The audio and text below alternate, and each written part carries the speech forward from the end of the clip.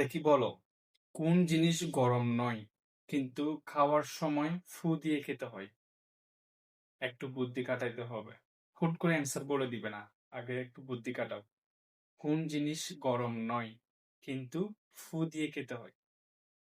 ঠান্ডা জিনিস। ঠান্ডা। ঠান্ডা। গরম নয় মানে তো ঠান্ডা। কোন জিনিস গরম নয়? আইসক্রিম। আইসক্রিম কি মানুষ ফু দিয়ে খায়? এরকম ফু ফু দিয়ে খাও তুমি, কোন জিনিস গরম নয়? কিন্তু ফু দিয়ে খেতে হয়।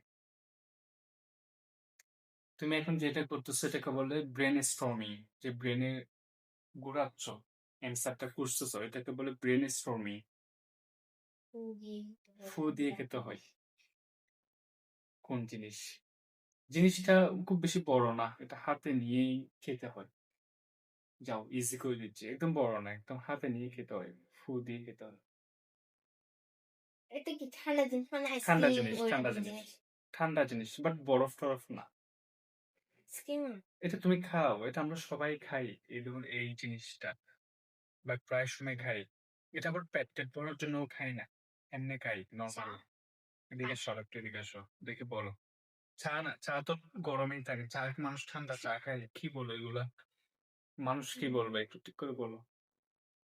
কোন জিনিস এটা আমরা এরকম করে নিয়ে, মানে ছিলে এটা আমরা ফু দিয়ে খাই। এত ইজি করে দেওয়ার পর যদি না আচ্ছা,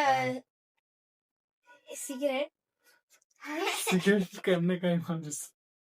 সিগারেট কি এরকম দেখছো? সিগারেট তো টানে, সেই আগুন দিয়ে টানে। এটা হচ্ছে এমনি এরকম সিগারেট কি ছিলে, এরকম ছিলে এটা ফু দিয়ে খেতে হয়।